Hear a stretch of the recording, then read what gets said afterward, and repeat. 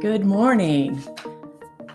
We're going to go ahead and start our webinar today. We're very excited about having Tyler Goodspeed with us with ExxonMobil, the chief economist. Before we start, we have a couple of things that we would like to remind you. First of all, Laura Cuttill, the chief marketing officer for Advertas, and myself will be co-moderating today. So we encourage you to put your questions into the chat as we go, and also monitor the chat for links that we're going to provide you today. My name is Michael Edwards. I'm going to be your moderator, and I'm the program chair. I also work for Partners in Performance, which is a Accenture company. We're pleased to be also sponsored by National Oil Varco. Our MTS chapter is the Management Technical section of SPE, and we host these webinars monthly, and we hope that you will join us. A little bit about our technical section. We were stood up a few years ago by the SPE, Society of Petroleum Engineering International section, with a vision to equip our members with management skill sets to advance integrated solutions for the petroleum industry. We are underpinned by 5 pillars in taxonomy, ranging from asset portfolio management, risk management, decision-making, strategy planning, and management, and what we will feature today, which is energy economics and professionalism, training, and education. We have a roadmap and over 10,000 members aimed at increasing awareness and connection in our industry, professional development, collaboration, and expansion of our energy sector. We hope that you will also join us next month, February 20th. We will be featuring the importance of capital discipline. Jeff Krimble of the Krimble Strategy Group will be talking with us about the importance of capital discipline and the increasing uncertainty in the market. So without further ado, I'm going to introduce to you Tyler Goodspeed.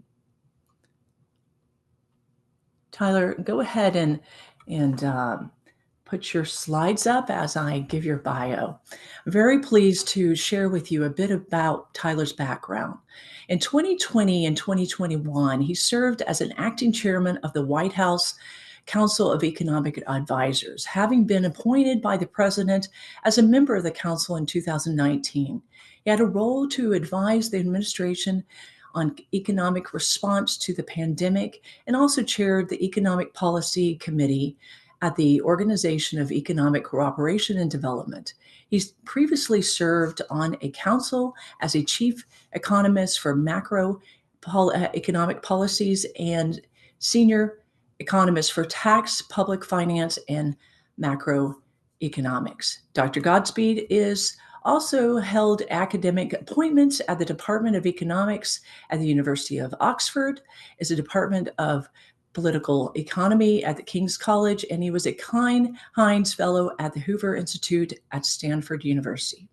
He has published extensive macroeconomic topics, in particular attention on access to capital in mitigating the effects of adverse environment market shocks. Dr. Godspeed has Ph.D. in economics from the University of Cambridge, Ph.D. in history from Harvard University. He received a BA in economics and history from Harvard, an MA in history from Harvard, and a master in philosophy for economic histories from Cambridge, where he was a Gates Scholar. Help me welcome Tyler. Thanks very much, Michael. I feel like I should be walking around with a helmet on my head after all those degrees. Today, as we all across the nation shiver today, I guess it's an appropriate morning to talk about energy. For decades, ExxonMobil has published an outlook that describes where we see global supply and demand for energy and energy-related products heading in the future. And in fact, we've been doing this for many, many years. And you can even go back in our office, and we have a copy of the Global Outlook, the Exxon Global Outlook from 1945, when our team was trying to anticipate the pace at which European refining capacity might be able to come back on. So we handle that document very gingerly. But over the course of these decades, what we now call the global outlook has become really a foundational piece of research for the company. We employ a dedicated team of experts with deep subject matter expertise in energy and product markets to make projections for the decades ahead. And in the latest version, that takes us out to the year 2050. And the outlook serves really multiple purposes. So first and foremost, it establishes the basis for our own long-term business planning. The energy business, as many of you know, is a long-term one by nature. We need to understand what the world will look like in the coming decades so that we can plan and deploy capital efficiently. Yet the global outlook also serves a broader purpose. Energy and energy-related products are really inseparable from modern life. So access to affordable and reliable energy drives unprecedented economic progress and improved standards of living. They also contribute to global emissions. Our global outlook provides important insights on the economic advantages and environmental considerations that play a part in the future of energy. Now, the projections at the heart of the global outlook represent our most likely view of the world in 2050, based on our analysis of a variety of data sources and long-term assessments of market fundamentals, economic trends, technological improvements, consumer preferences, and climate-related public policy. There are 5 key takeaways from our analysis. First, all energy types will remain in the mix. Second, renewables will grow the fastest. Third, coal will decline the most. 4, under any credible scenario, oil and gas remain essential. And 5th, lower carbon technology needs a public policy framework that facilitates market-driven solutions. We make this global outlook publicly available, including the underlying data, because we feel it makes an important contribution to a variety of policy discussions about energy, about economic development, about environmental sustainability. And by offering a clear-eyed, thoughtful voice, the outlook can enhance those discussions and hopefully lead to better policy outcomes. So let's get started. This highlights some of the important projections from the latest outlook to 2050. And really, any projection of the world's future energy needs must begin with the number of people there will be and the level of economic activity that they'll enjoy. So here, the numbers are just staggering. An extra nearly 2 billion people by the year 2050. That's about 1 million more people every 6 days, and a doubling in the size of the world's economy. Yet even with 10 billion more people and rising economic activity, expanding economies, energy use is projected to be only 15% higher. This is largely due to efficiency gains in the developed world.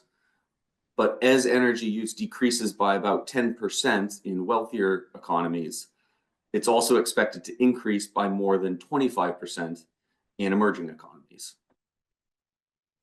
The biggest change to the energy landscape will be the rapid expansion of solar and wind.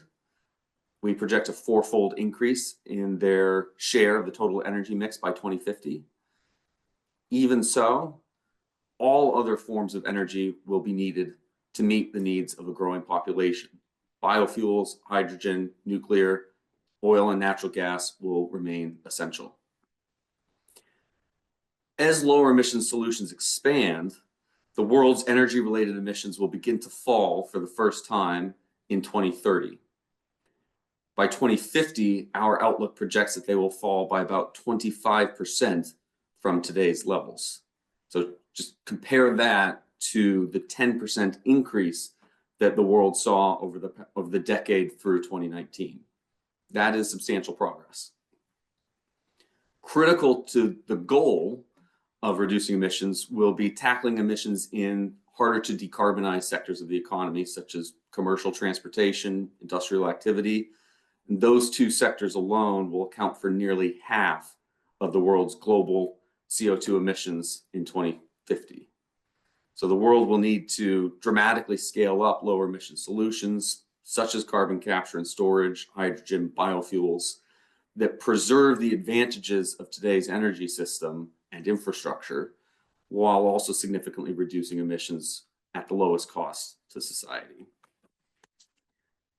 Now, before we get too much deeper into the details of the outlook, I think it's important to understand what the outlook is, and more importantly, what it isn't.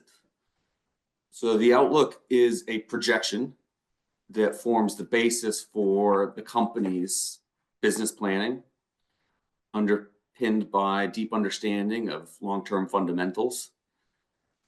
That contrasts to a lot of third-party scenarios, such as the Intergovernmental Panel on Climate Change.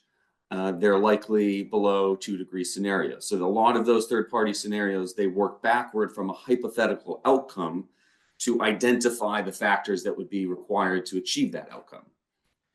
We consider a range of these scenarios, including some of the more remote scenarios, to help inform perspectives of the future and to enhance strategic thinking. The IEA's stated policies scenario reflects a sector-by-sector assessment of the specific policies that are in place or have been announced by governments around the world, and it offers a relevant scenario to compare and contrast with ExxonMobil's outlook. And as you can see on the left-hand side of the slide, although differences in assumptions lead to some variation between scenarios, directionally similar observations can be made. And as I said, we also consider and examine remote scenarios, such as those aligned with the Paris Agreement, for what they could mean for ExxonMobil's business. In April 2022, the IPCC published their 6th assessment report, and that AR6 included more than 1,200 emissions pathways with underlying assumptions about socioeconomic development, energy system transformations, land use changes until the end of the century. And the report identified 311 scenarios that they considered as likely below 2 degrees Celsius, which are pathways with a 2/3 probability of limiting peak global warming to below 2 degrees Celsius during the entire 21st century. And similarly, in 2023, the World Energy Outlook of the IEA included an announced pledges scenario, IEA APS, which assumes that all aspirational targets announced by governments around the world are met on time and in full, including their long-term net zero and energy access goals. Now, as I said, the starting place for any assessment of global energy demand in 2050 is how many people there will be. And 2 billion more people by 2050, that's a 20% increase in global population. So just think about that for a moment. It took tens of thousands of years for the planet to reach 2 billion people, which happened around 1930. The next 2 billion, from 8 billion today to nearly 10 billion in 2050, will take fewer than 30 years. And nearly 70% of this growth will occur in Africa and the Middle East, another 25% in Asia Pacific, non-OECD Asia Pacific, and only around 2% in the advanced economies that belong to the OECD. Now, over that time period, global gross domestic product is projected to double, with emerging economies growing at more than twice the rate of developed economies, such that by 2050, the emerging world will account for more than half of global GDP, up from about 40% today.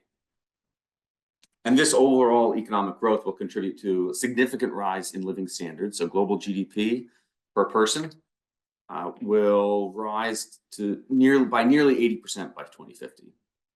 And those who live in advanced economy nations will see their purchasing power rise roughly 50% to around $70,000. But the far larger majority of people living in emerging economies, we project will see their purchasing power more than double to $25,000. But while this growth projection is impressive, in those in developing economies will still have far less purchasing power in 2050 than residents in advanced economies today. Now, all of this rising GDP prompts a question. What is the role of energy in driving higher living standards? Well, the answer is that energy use and improved living standards go hand in hand. There are no highly developed but low energy economies. There are none. So on this slide, you can see the strong correlation between higher energy use and human prosperity. So in this case, we measure this using the UN's Human Development Index, which tracks life expectancy, education, income per person. And you can see that rising energy use fuels higher incomes that enable people to own homes, purchase labor-saving appliances, travel, obtain necessary medical services. And the UN data also shows us that the opposite is true. A lack of access to affordable, reliable energy means diminished living standards. In short, where there is energy poverty, there is poverty. So more than 2 billion people globally are today in the medium category on the Human Development Index, and the number in the low category is still almost 1 billion.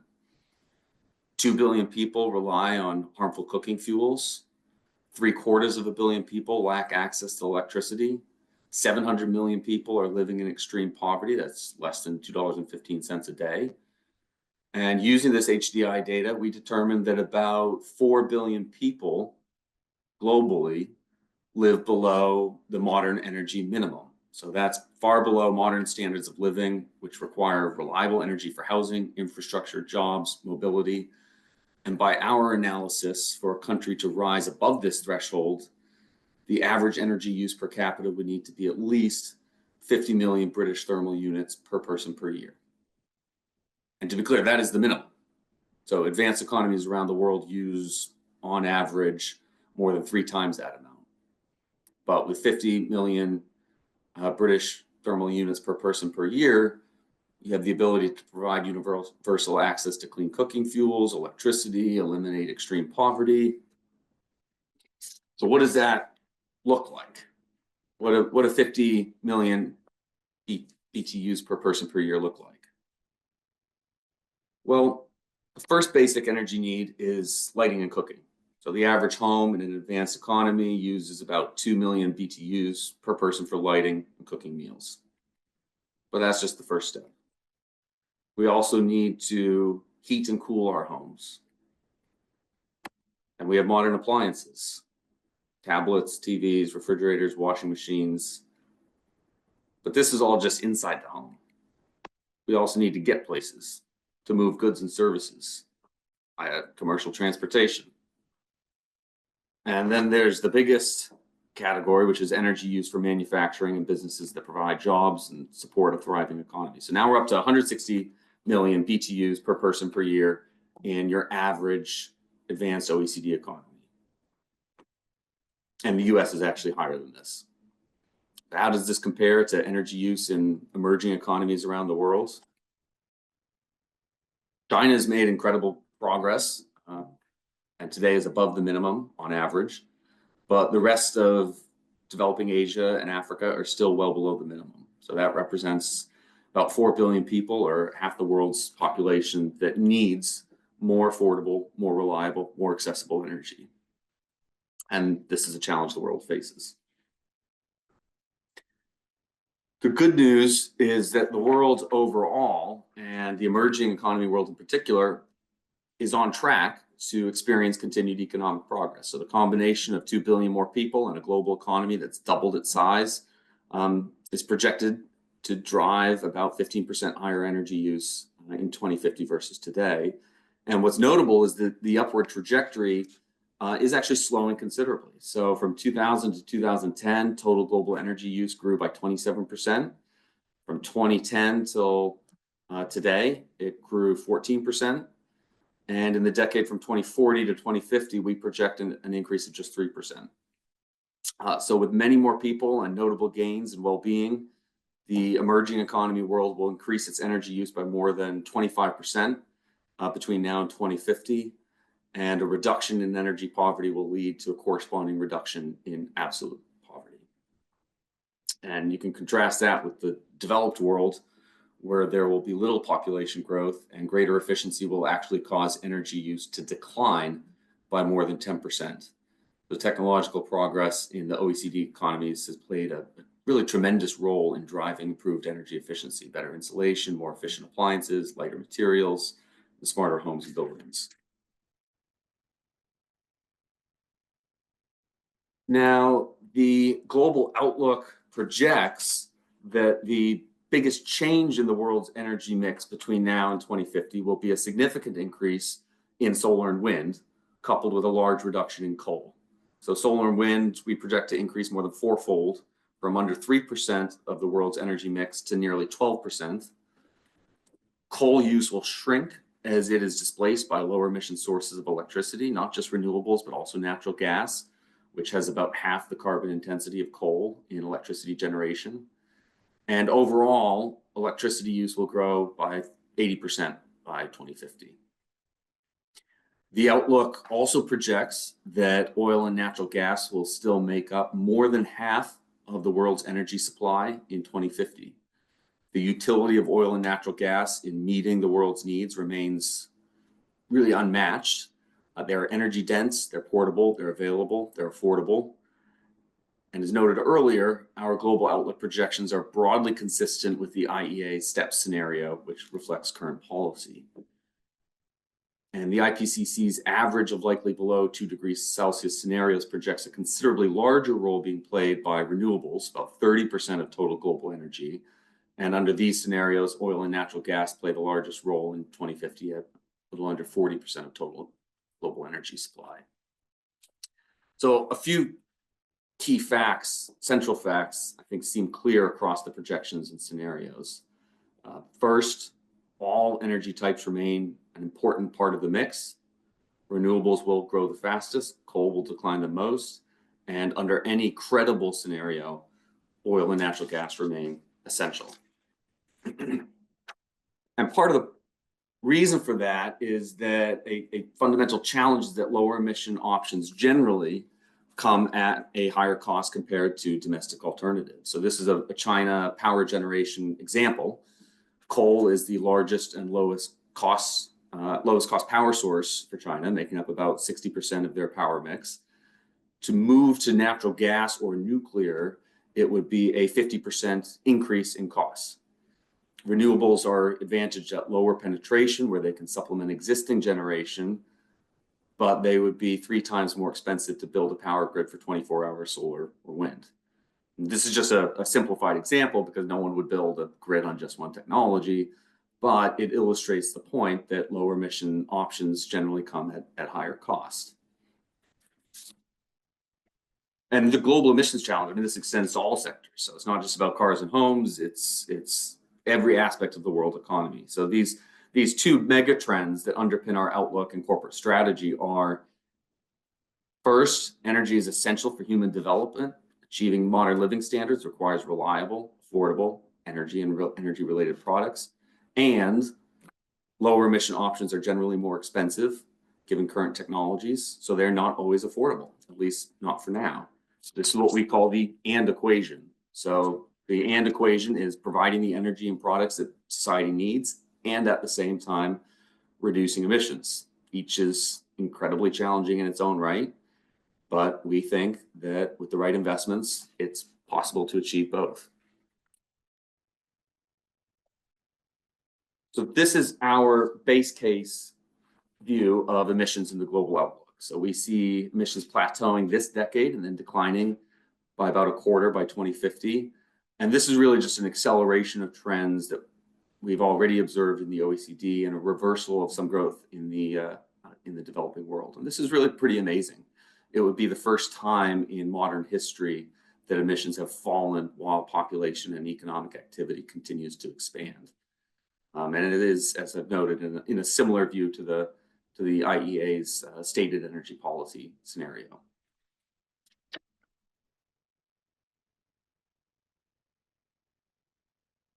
Now, the IPCC highlighted in their 2023 report an announced pledges scenario, which is well below 2 degrees Celsius warming by the end of the century. So the gray area here includes more than 300 different pathways from the IPCC panel on climate change, their latest report. So we call this the big gray wedge, and it represents emissions pathways for the world to achieve a less than 2 degrees Celsius outcome. And based on our outlook projection, we can see amazing progress versus history, but it's also clear that there's more work to do. So what will it take for the world to go faster?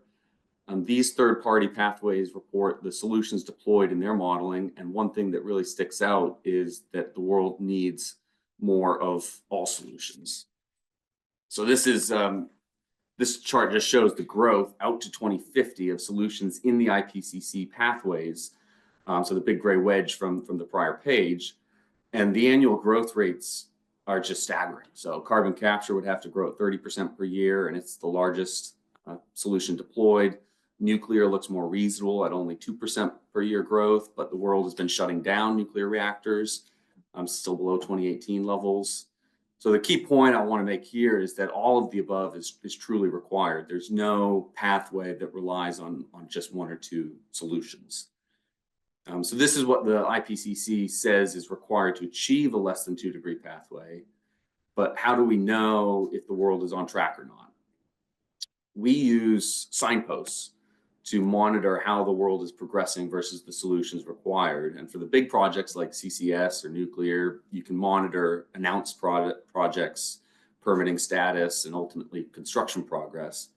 It's a little harder for solar and wind because there are no great data sources that track each project, but we can monitor how much capacity is getting built out, which is a leading indicator to generation. And this is just a simplified table here of how we look at signposts on progress. So there are more detailed views that you can view on the website. I'm just using this to illustrate a point. These are the deployment signposts just for this decade. It's the average build out per year for each solution. And the first column is from our global outlook. It's our best assessment of annual deployment. The middle column is what's needed in the IPCC average, the IPCC below 2 degree average. And then the right column gives you a sense of how much change is needed just in this decade. And it highlights just how big the challenge is. So every one of these rows is up versus history, but more is needed. And we're working on some of the solutions that will make this possible. Now, looking at energy demand specifically for oil, we see a plateau in oil demand beyond 2030, with global demand remaining above 100 million barrels per day through 2050. And as oil demand for personal transportation declines, oil nonetheless remains essential for industrial processes, heavy-duty transportation, such as shipping, long-haul trucking, aviation, all of which underpin economic growth. And consider, even if every new car sold in the world in 2035 were an electric vehicle, oil demand in 2050 would still be 85 million barrels per day. That's the same as it was in 2010. And by 2050, commercial transportation and chemicals, sectors where liquids are favored for their high energy density and distinctive chemical properties, account for nearly all of the growth in oil. So oil into chemicals, we expect to grow by 80%. And in commercial transportation, we see more modest, but still non-trivial growth in oil demand of about 12%. And as the world's demand for oil remains strong, sustained investments are more important than ever. So our outlook projects that oil demand, as I said, will remain above 100 million barrels per day through 2050. And even under the average of the IPCC, likely below 2 degrees Celsius scenarios, oil demand still comes in at 66 million barrels per day. So about 2/3 of current consumption. And under the high side for third-party scenarios, the world would still need about 120 million barrels per day. So roughly 20% more than current levels. Now, our outlook shows oil production declines at a rate of about 15% per year. That's nearly double the IEA's prior estimate of about 8%. And this increase is the result of the world's shifting energy mix toward unconventional sources such as US tight oil. So these are mostly shale and dense rock formations that typically decline faster and require specialized technologies and tools. So, US shale, your average fields, that can deplete by about 60% in year one. So average decline rates have increased over the past couple decades. And so to put it in concrete terms, with no new investment in oil supply, basically a keep it in the ground approach, oil supply would fall by more than 15 million barrels per day in the first year alone. And at that rate, by 2030, oil supplies would fall from 100 million barrels per day today to less than 30 million barrels. So that's about 70 million barrels short of what's needed to meet demand every day. And it's even below the IEA's net zero scenario. So the economic effects of a leave it in the ground approach would be beyond comparison. The world would experience a severe energy shortages and disruption to daily lives within a year of investment ceasing.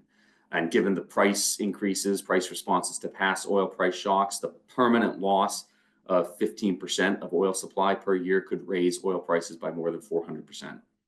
By comparison, oil prices rose 200% during the oil price shocks of the 1970s. So this is a severe scenario that I don't think anyone's seriously contemplating, but it just illustrates the essential nature of oil and the continued essential nature of oil in the global economy. Now, while the outlook sees a plateau in oil demand beyond 2030, natural gas usage we project to grow by more than 20%. So in raw energy terms, natural gas grows by more than 80 billion cubic feet per day by 2050. That's roughly equal to the amount of natural gas used in the entire residential and commercial building sector today. And growing industrial activity will require more than 20% more natural gas, with the increase driven by the following factors. Rising incomes and demand for goods will increase the overall need for manufacturing. Natural gas and hydrogen will replace coal as lower emission solutions for high temperature industrial processes. And natural gas will continue to be needed to make fertilizers critical to the world's food supply. But similar to oil, significant new natural gas supplies will be needed, and significant new natural gas investment will be needed to meet continued demand growth. So in the absence of any new investment, global natural gas supply would decline at about 11% per year, resulting in a shortfall of more than 250 billion cubic feet per day by 2030, or more than half of projected global demand. So limiting investment to only existing fields would slow the decline to about 3% per year, but this would still fall well below the levels needed in the IEA apps or the IPCC likely below 2 degrees scenarios. Now, even as oil and natural gas continue to play a prominent role in the world's energy mix to ensure economic progress, the overall energy mix will shift dramatically. So this chart summarizes our outlook out to 2050, showing both the relative contribution to the energy mix and growth rates over time. So as noted earlier, oil remains the largest single source of primary energy. Natural gas demand rises largely to help meet increasing needs for electricity and lower emission industrial heat. Lower emission energy sources show the fastest rate of increase, such as biofuels, wind and solar. And then finally, while coal is still prominent in some emerging economies, global consumption appears to have peaked in 2014, and by 2050, the world will use about the same amount of coal that it did in 2000. So this evolving energy mix is good news from the emissions perspective. With the result that we actually, as I've noted, expect emissions to start to fall even as economies expand and prosper. So our outlook projects that this begins in 2030, and by 2050, global CO2 emissions are down by about a quarter. And that's great progress, but as I've noted, a lot more progress will be needed to reach the emission reduction levels required to keep global temperature increases below 2 degrees Celsius, which is the average of the IPCC's likely below 2 degrees Celsius scenarios requires energy-related CO2 emissions to fall to around 11 billion metric tons by 2050. And both the Outlook and the IPCC see the need for an acceleration of established technologies, including carbon capture and storage, and in some cases, some pretty unprecedented build out. So our outlook projects solar energy growing at 3 times its historical pace between now and 2050, but reaching the average of the likely below 2 degrees Celsius scenarios would require solar to be rolled out at a pace 6 times faster than historical pace.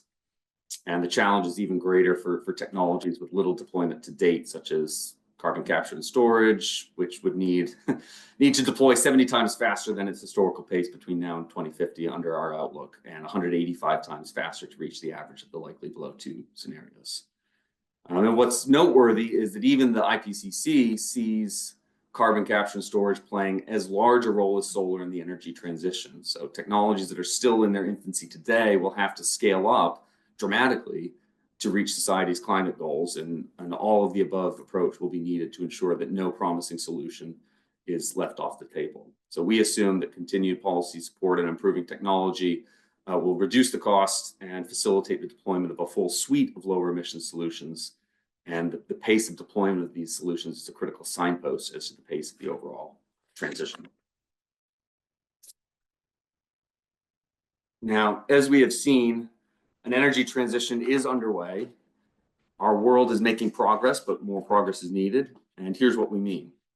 So 3 key drivers are required to achieve society's emissions ambitions. All involve broad collaboration among governments, companies, universities, and others. So first, a policy framework that enables market-based, market-driven solutions. So permitting reform is necessary to accelerate the deployment of many of these solutions. And any policy must ensure that supply can remain matched with demand to minimize price spikes that cause economic hardships on consumers.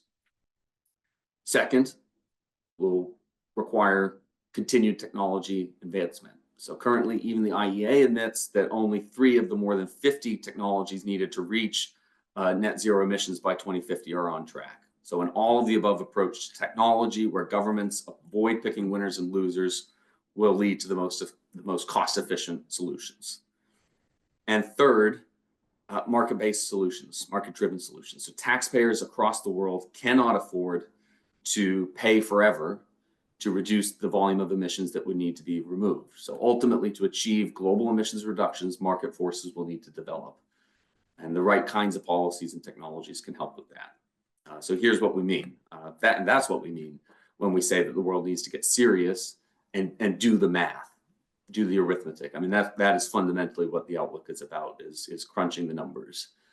And it remains to see if society will be able to achieve these dual objectives. But we do know that the world in 2050 will be different, be vastly different. There will be billions more people, more prosperity, more energy. And yes, global carbon emissions will fall. What will not change is the imperative to provide the reliable, affordable energy that enables people to live their best lives while further reducing greenhouse emissions and greenhouse gas emissions. And that will remain just as critical in 2050 as it is today. And I'll pause there. Thank you, and look forward to continuing the conversation. Tyler, thank you so much. I know we've got some questions coming in. Laura and I have been monitoring that, and we appreciate those that are in the audience to put those questions. If we don't get to them, we'll certainly try to circle back on our LinkedIn site. Laura's going to uplink, put a link in the chat for you to join our SPENTS LinkedIn site. So we encourage you to do so. Tyler, I'm going to ask you a question around AI. You know, we've been talking about this a bit, about the growth of AI and data centers. Did you take into account that growth in your economic assessment here and your outlook? So this is an ongoing strategic question that we're talking with a lot of industry experts in the AI space. We have assumptions, as I said, about market fundamentals, technology, and policy and consumer preferences built into the outlook.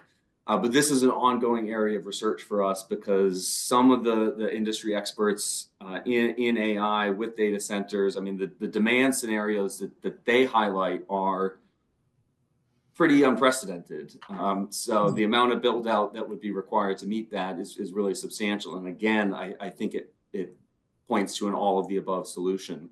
When we have price elastic natural gas supply in the United States, I think that there are going to need to be a lot of sources of primary energy to meet that anticipated demand. Tyler, thank you. And overarching message here of being conservative is a good thing in this outlook. So, Laura, I'm going to go over to you because I know you've been monitoring these questions. Continuing a little bit thematically in the way you build your projections, we have a question here. What's your process of creating them? Do you build models? Can you talk a little bit about your model framework and your economic approach? Yeah, so we have we have a team with subject matter experts in each of the relevant sectors, each of the relevant geographies. And we've really built from a ground up, looking at maritime, what's our model there for future demand. We look at history, we look at trends. So it starts from a real micro sector by sector, country by country approach. And then we integrate that with the economic fundamentals, sort of by economy. What do we think is going to be the growth in aggregate economic activity? And that's driven by demographics. It's driven by capital investment. It's driven by total factor productivity growth. And so we sort of mash those two up. But there are a lot of very large spreadsheets for each sector, each economy that have been curated over the years. And each process we go through and update those and go through a robust data checking process. Okay, very good. Additionally to that, sort of keeping in theme with this, there's a question here on geothermal as a contributor to the future energy mix. And then adjacent to that, a question about the U.S. orders of production increase and reduction of wind energy. Can you speak maybe a little bit to those detailed sources? So we have assumptions about sort of energy mix by geography. Sort of geothermal for the world. So for Europe, we have geothermal rising from basically, so it's about 1% today for Europe, or was 1% for Europe of the energy mix, 1% today. That rises to 3% in the outlook. For the US, it stays at about 1%. For the world as a whole, it looks like geothermal rises from about 1% to about 1%. So we have assumptions about geothermal in the outlook, and then the question about wind and solar.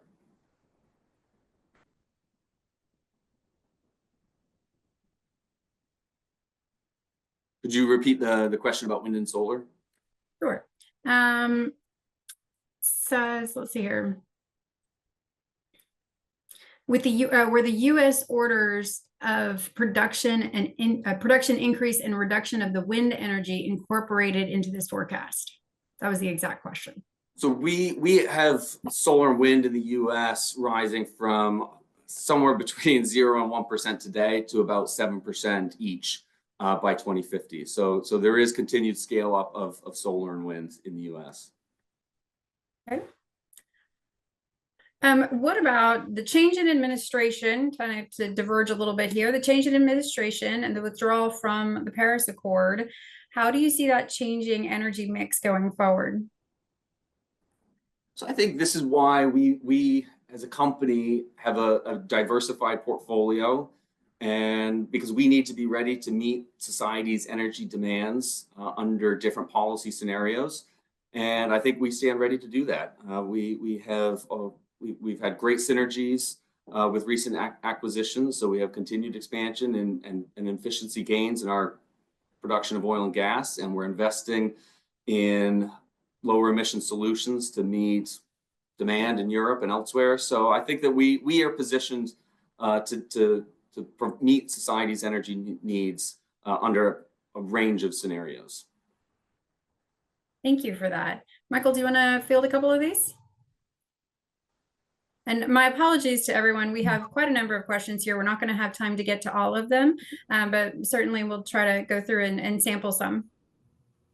So I think we need to wrap up. I'm looking at the time, and we've got to honor the fact that we have this as a 30 minutes, and I know we've gone over about 15. But I do want to thank Tyler. I do think that there are quite a number of questions around the new administration.